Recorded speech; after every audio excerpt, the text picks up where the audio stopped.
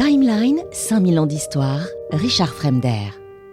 En effet, vous l'avez compris, si le catharisme n'avait été qu'un courant spirituel, on va dire marginal, une dissidence purement doctrinale, on va dire, portée par des prédicateurs isolés, il n'aurait jamais suscité une telle mobilisation de force pour être totalement éradiqué.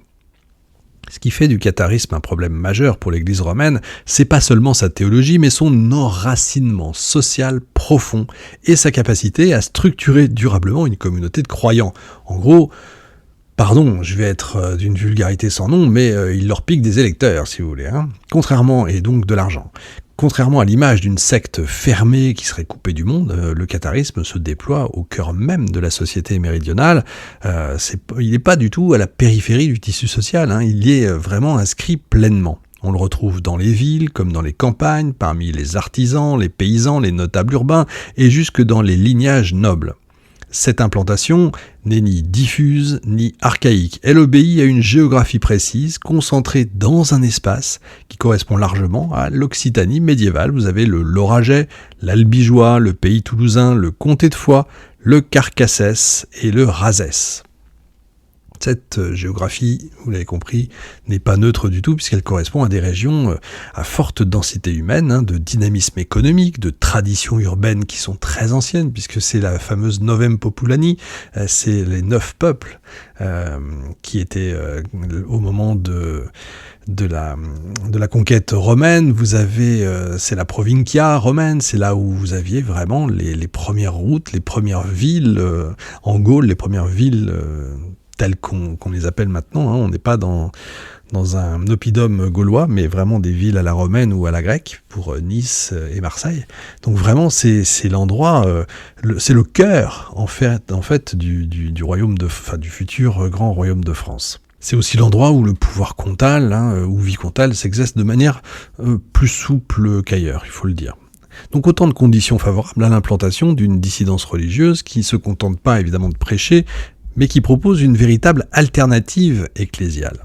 Parce que le catharisme n'est pas seulement une croyance, encore une fois, c'est une église organisée, une église avec sa hiérarchie, ses évêques, ses responsables, ses rites et sa discipline.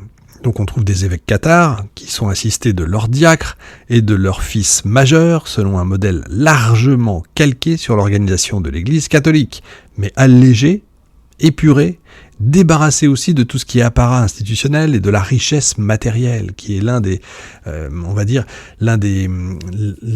grands reproches qu'on peut faire à l'Église catholique de cette époque-là. Cette structuration va permettre au catharisme de durer, de se transmettre et évidemment de se renouveler. Au cœur de cette Église se trouvent les hommes et les femmes qui ont reçu le fameux consolament.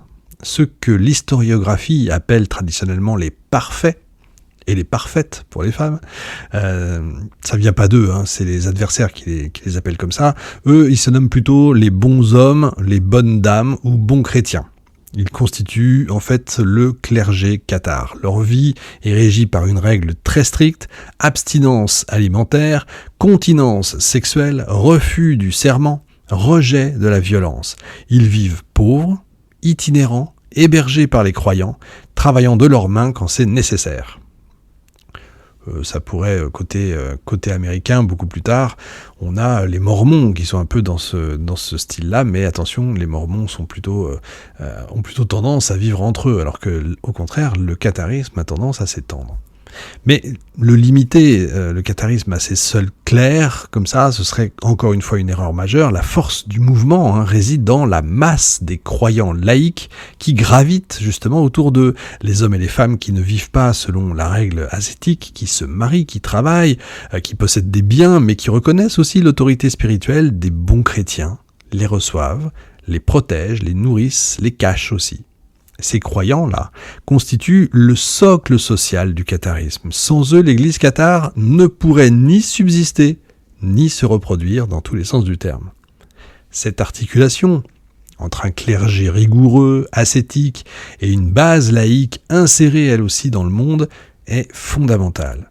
Ça permet au catharisme d'éviter l'écueil d'un radicalisme asocial. Je parlais tout à l'heure des Même si je le dis en souriant, hein, des Mormons, on n'est pas très loin il y a certains principes qui sont proches, d'autres qui n'ont rien à voir, mais c'est vrai que les Mormons, ont pas tendance à, comment je pourrais dire, à s'émanciper, à s'étendre. Alors que là, on est vraiment dans l'inverse, en fait. Le salut pour les cathares passe, alors c'est vrai, par le consolament, mais il peut être reçu à la fin de sa vie, en fait, au moment où on meurt. Et cette possibilité ouvre une voie médiane, c'est-à-dire vivre dans le siècle tout en se préparant lentement mais sûrement à une fin religieuse. Donc on peut tout à fait croire à une chose et puis sur la fin se dire non, je préfère le catharisme. Ça se dit pas comme ça, mais c'est le principe. Ce compromis qui est là encore profondément ancré dans les mentalités médiévales, explique en grande partie l'adhésion durable de larges pans de la population, ce qui est logique. Moins c'est contraignant, plus c'est simple. Le catharisme s'insère également dans des réseaux familiaux puissants, faut pas oublier ça. Les liens de parenté qui jouent un rôle déterminant dans la transmission de la foi, les mères, les grands-mères, les oncles, les cousins, tout ça assure la continuité religieuse, parfois sur plusieurs générations. Et cette dimension domestique, presque intime en fait, rend la dissidence particulièrement résistante aux tentatives d'éradication. Ça repose pas sur une adhésion abstraite, mais sur des solidarités concrètes, affectives et quotidiennes. Les élites sont pas absentes de ce phénomène, vous avez pas mal de seigneurs qui sont pas forcément eux-mêmes cathares, mais qui protègent l'église dissidente par fidélité familiale, par solidarité politique ou par hostilité, c'est l'inverse, hostilité à l'ingérence romaine. Et vous avez certains nobles qui sont des croyants déclarés, d'autres qui demeurent ambigus, mais leur tolérance contribue largement à l'essor du mouvement.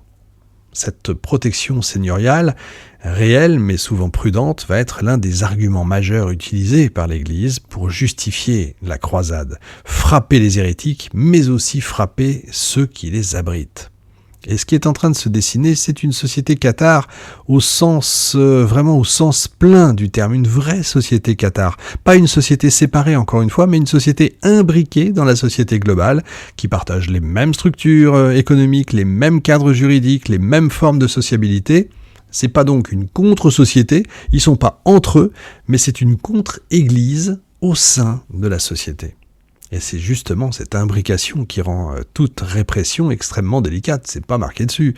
On peut pas isoler facilement les cathares sans toucher à l'ensemble du corps social. Toute action contre eux risque de déstabiliser des villages entiers, des réseaux de parenté, des équilibres politiques locaux extrêmement importants.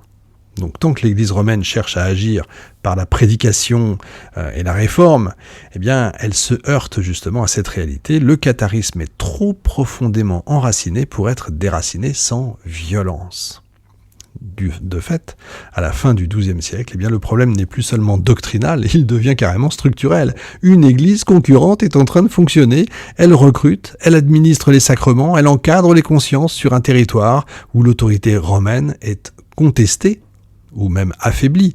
Et à partir de là, la question cesse d'être comment convaincre, elle devient comment éliminer.